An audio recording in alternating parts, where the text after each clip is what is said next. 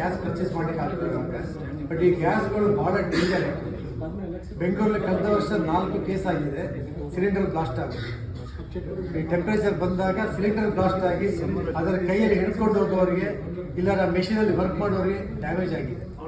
ಬೆಂಗಳೂರಲ್ಲಿ 4 ಕಡೆ ಆಗಿದೆ. ಬಟ್ ಆಲ್ ಇಂಡಿಯಾ ನೀವು ಲೆಕ್ಕ ಹಾಕಿರೋ ಒಂದು 150-200 ಕೇಸ್ ಆಗಿದೆ. ಒಂದು 8-10 ಜನ ಜೀವ ಕಳ್ಕೊಂಡಿದ್ದಾರೆ ಈ ಗ್ಯಾಸಿಂದಾಗಿ. ಗ್ಯಾಸ್ ಬ್ಲಾಸ್ಟ್ ಆಗಿ, ಸಿಲಿಂಡರ್ ಬ್ಲಾಸ್ಟ್, ಕಂಪ್ರೆಸರ್ ಬ್ಲಾಸ್ಟ್, ಈ ಥರ ಬೇರೆ ಬೇರೆ ಬ್ಲಾಸ್ಟ್ ಆಗಿಬಿಟ್ಟು ಸುಮಾರು ಜನ ಜೀವ ಕಳ್ಕೊಂಡಿದ್ದಾರೆ. ಕೆಲವರು ಕೈ ಕಾಲು ಕಳ್ಕೊಂಡಿದ್ದಾರೆ.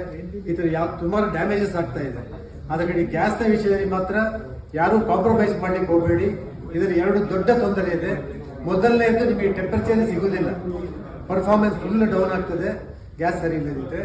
ಸೆಕೆಂಡ್, ನಿಮ್ಮ ಲೈಫಿಗೆ ಡೇಂಜರ್, ಅಥವಾ ನಿಮ್ಮ ಟೆಕ್ನಿಷಿಯನ್ಸ್ ಮೆಕ್ಯಾನಿಕ್ಸ್ ಇರುವವರಿಗೆ ತುಂಬ ಡೇಂಜರ್. ಆದ ಕಡೆ ಗ್ಯಾಸ್ ಅನ್ನ ನಿಮಗೆ ನಂಬಿಕೆ ಇರೋ ಜಾಗದಲ್ಲಿ ಮಾತ್ರ ತಗೊಳ್ಳಿ.